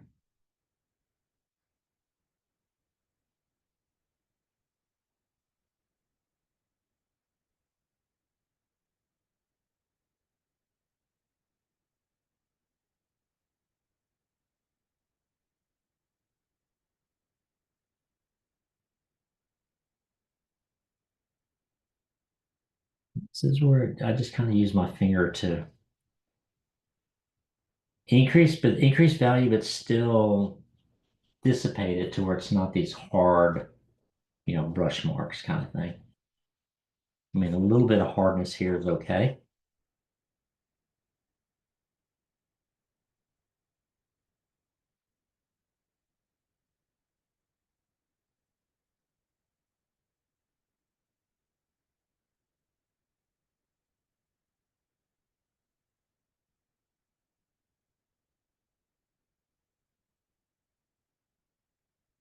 And again, this is more detail work, so all you're really doing is just adding a little bit of detail here. That's it.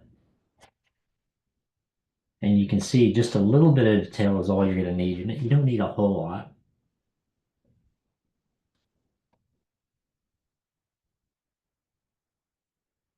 Just to make sure that it stays connected here.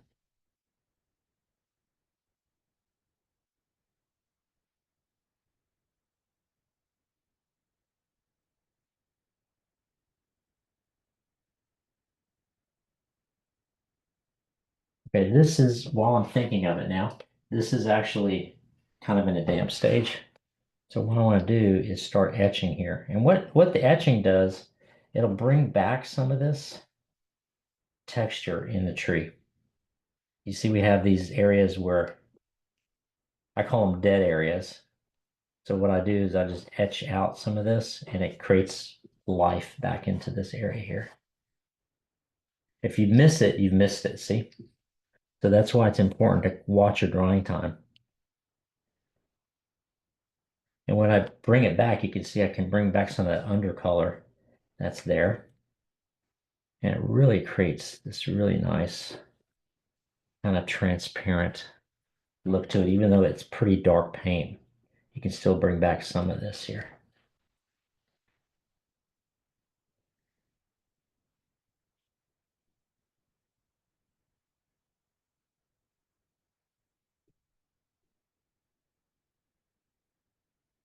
This is probably as close to an oil painter as I'll ever get right here using this palette knife.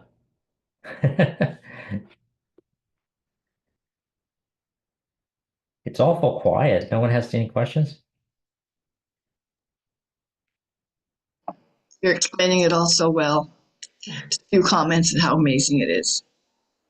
You don't want to Yeah, start. it's kind of a slow process, of just kind of bringing all this kind of forward and building on it a little bit. I get just this. really I'm sorry, go ahead. I get the sense you've painted such a scene. I don't want to startle the elk.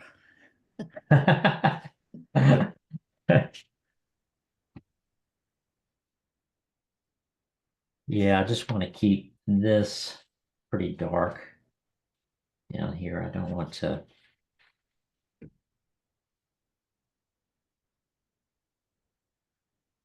And there's some darkness here too. But you see, when I touch it, and when I paint it, that's one thing. But then when I touch it, it brings back that underlying paint a little bit. So that's why I kind of like doing it this way.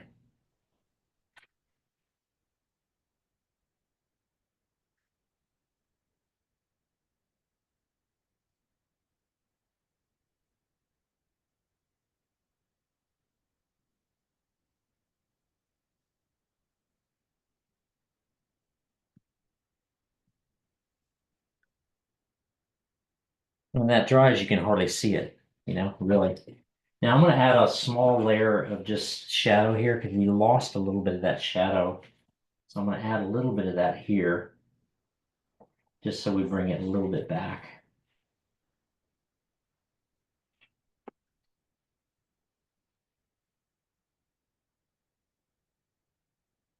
Just finding the right shade here. And you notice how I don't clean this up very much because I do want these colors that I'm using, I want to keep these colors.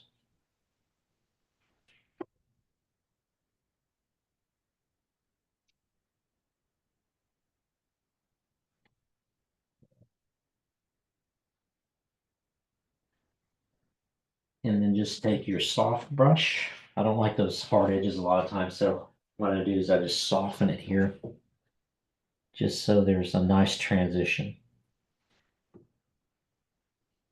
And this right here, see that little bitty, I don't know if you can see that little etch there, but that's a happy accident, I call it, so I just leave that there. And this is part of painting, I would say, is really seeing what happens while you're painting and take advantage of every little break that you get. You know, if you see something happening that's really kind of cool, then you want to definitely, there needs to be shadow here too. So I'm going to add a little bit of shadow here.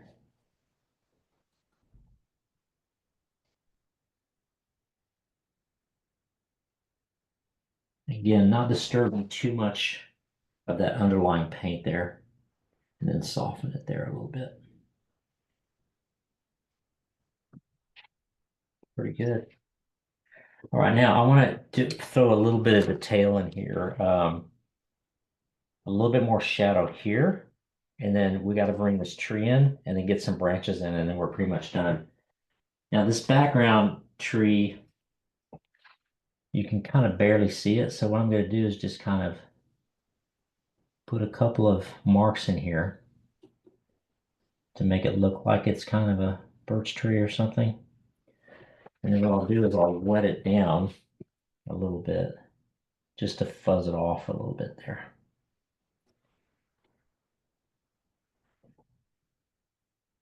And then I'll get a liner. I should have a nice liner here that I like to use.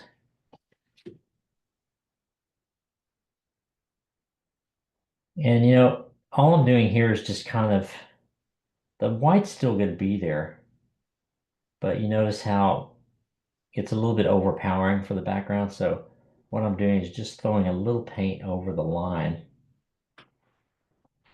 just to soften that a bit.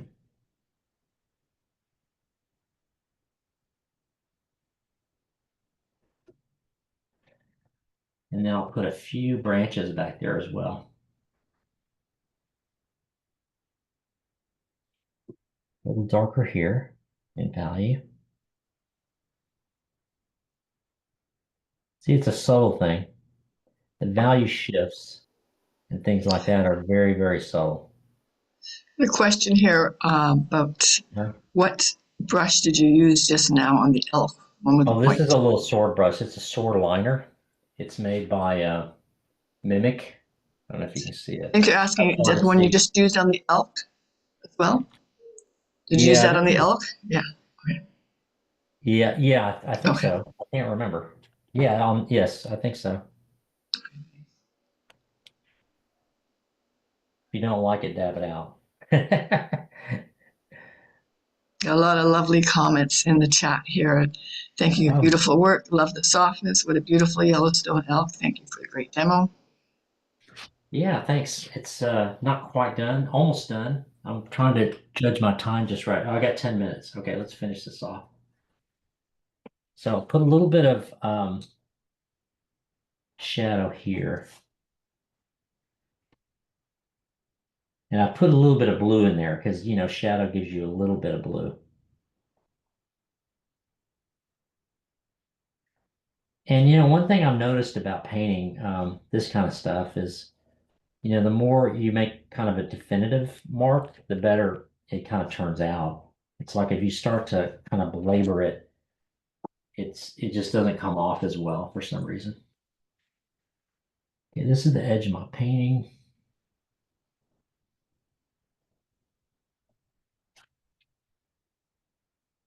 Here's the edge of the painting. So, you know, anything over on this side is no big deal.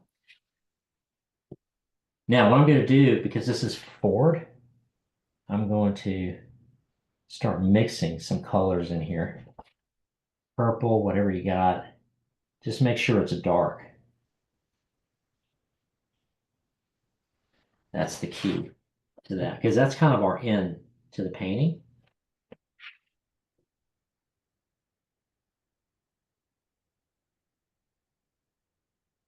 Now, what this does, you know, when I do stuff like this, it creates some texture, but it also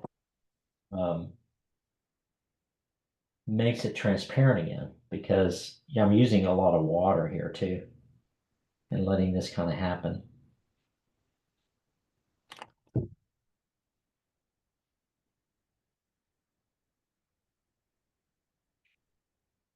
A lot of paint here. See, I'm really pushing almost solid paint here because I want this to mix with the water. And you see how I'm getting these nice, beautiful little textures. Now, some of that will stay, some of it won't, okay?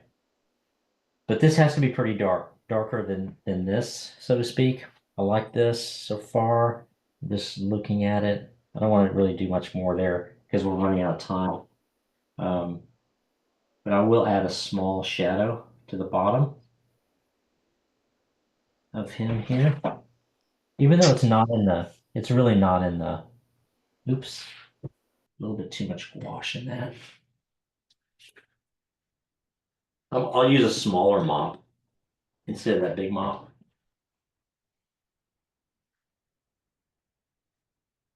What I was going to say was, even though it's not in the photo, it creates something there. Let this come over into it. Okay, too.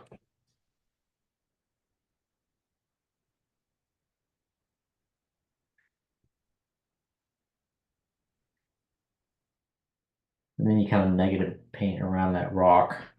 It does give it a look that there's a rock there.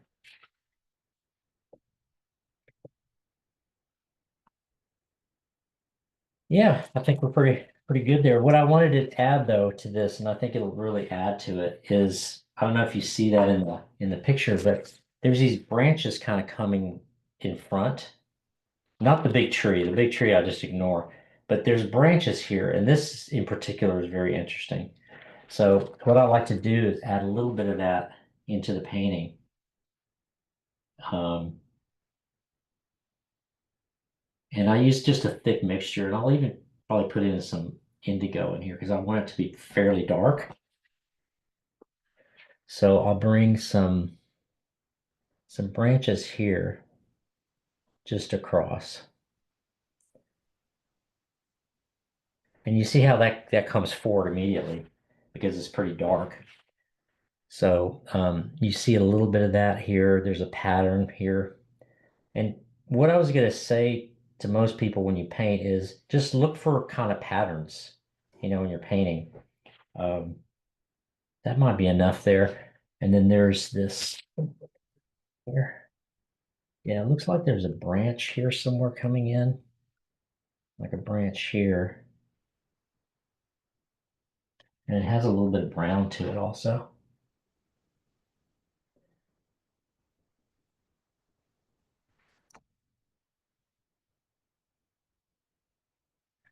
Goes across there. And then we have these little things that come down. Now I'm being a little bit too literal here.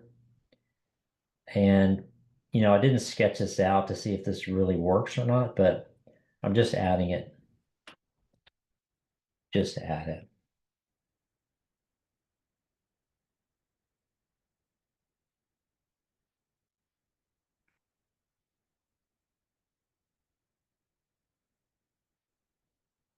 There is some busyness there, and there's some coming in here as well. And I love this sword brush because you almost get like two lines. You see that? Which is kind of cool. Probably overdoing it a little bit. I think that's pretty good. I wouldn't do much more than that. So what makes a painting like this work is you have your background. You have this this is our middle ground now. And then we have a foreground, which is this tree and this overhang. So this works, compositionally, it does kind of work. And the only thing I would probably do different is let this tighten up a little bit and then get my etch tool. Because you see how there's ridges in this tree. So what I like to do is get my etching tool. And it may be too wet to do, but what I do a lot of times is I'll do this like this. And what it does, it brings back the underlying paper. You see that? Don't ever be afraid to use an etch tool. I love it.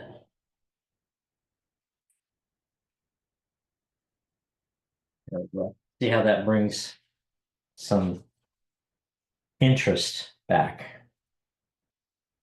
And then to finish it off, let's go ahead and just sprinkle a little bit of wash in here. Just for fun. Since it's so cold up in Canada, we're gonna throw in some snow. And this is, you can flick your brush to get small bits of snow if you want, or you can knock it against another, brush with big dots.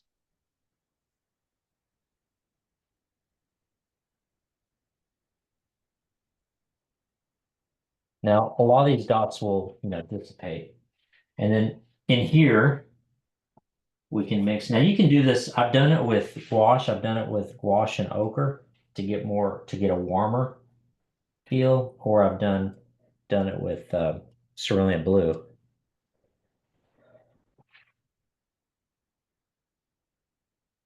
Okay, let's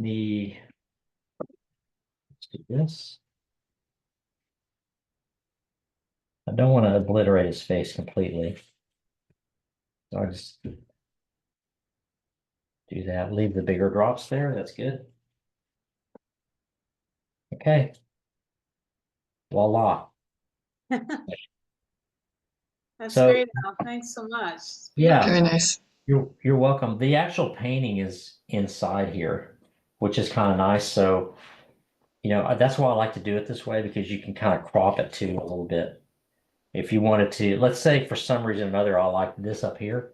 I could just bring this up a little bit higher if I wanted to. But I like the way it is right now. This is pretty good. Wonderful. Yeah, great, Al. Thanks so much. Yeah, you're welcome, everybody. I hope everybody got something out of this. I think, Yeah, no, we got a lot of great comments in the chat room. So everybody good. really, really enjoyed it. It was great. Well, Does I'll take- anybody else have any questions for Al? I'll take a photo, I'll take a photo of it and send it to everybody. Okay, yeah, that'd be great. Yeah. I was And- joking that at one point at the end, you said it was pretty good. I'm thinking it's more than pretty good. I'm never 100% satisfied with my paintings ever. I That's what think keeps you working harder. Yeah, that's a it's good just, lesson for us all. That's, That is true. well, I've gotten to a point, I will give you a little secret. I've gotten to a point where the things that I feel like are working in my paintings, I just kind of keep and I try to exploit it more and more. And the stuff that really doesn't work, I just kind of throw out of the bag. So all the tricks in my bag are here. And, it's just the way, it's kind of the more you do it, the more it kind of starts to make sense. I think it's a unique way of painting for me, and it works for me. But for other people, it wouldn't work. I've taught enough workshops where I've seen people really struggle with this kind of painting. But I'm trying to make it to where the more you can paint wet into wet, the more true it is to watercolor, and the better your paintings will start to look. So I'm kind of staying on that track. Even though if you look at this, I mean, you can see what I think makes this work well is, remember in the beginning I said you can't make this so dark that it competes with this. So as long as you understand that you need to keep this transparent, and this is what watercolor does so well, you get this nice transparency and keep some white of the paper, that's always important. And then I use my etching tool and all my brushes to get definitive marks where I want them. So, that's all it is mark making, really. It's just you have to know where to do it and when to do it. And so I just stick with this kind of formula, so to speak, and it seems to work. Sometimes I'll get a bomb every once in a while, but for the most part, I mean, they always stay true because you're doing it very loosely. You're not, I'm always fighting with trying to, of it tightening up too much. You know what I mean? I'm always fighting that in my paintings.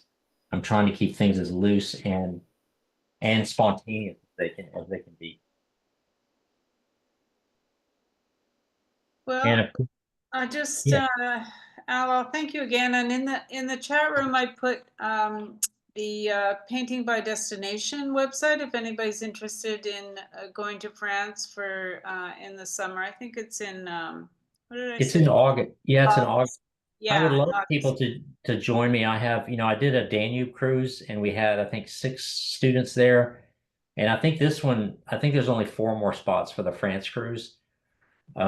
We like to have about 10 students, 10 painters.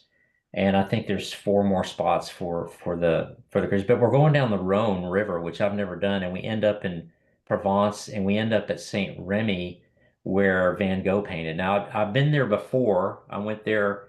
I did a workshop with Joseph Spookfitch back in 2022, I think it was, or 23. It was my last workshop that I did.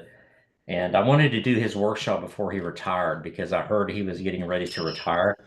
And so I did a workshop with him and we painted in St. Remy, which is beautiful. But we're going to be going back there again. So I'm really excited about going back. There's a question here asking if you're going to paint wax on top of this painting.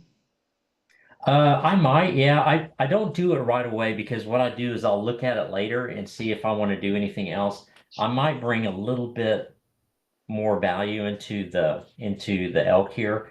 But other than that, I mean, yeah, but I do like to wax it if I'm gonna put this on a board and then I'll wax it after I glue it down. That's another thing is you don't want to glue it down on the board. You can, but you don't want to glue it down on the board with it waxed because it can sometimes lift. The gesso will sometimes lift off because the wax, creates a barrier, sometimes between the paper and the gesso.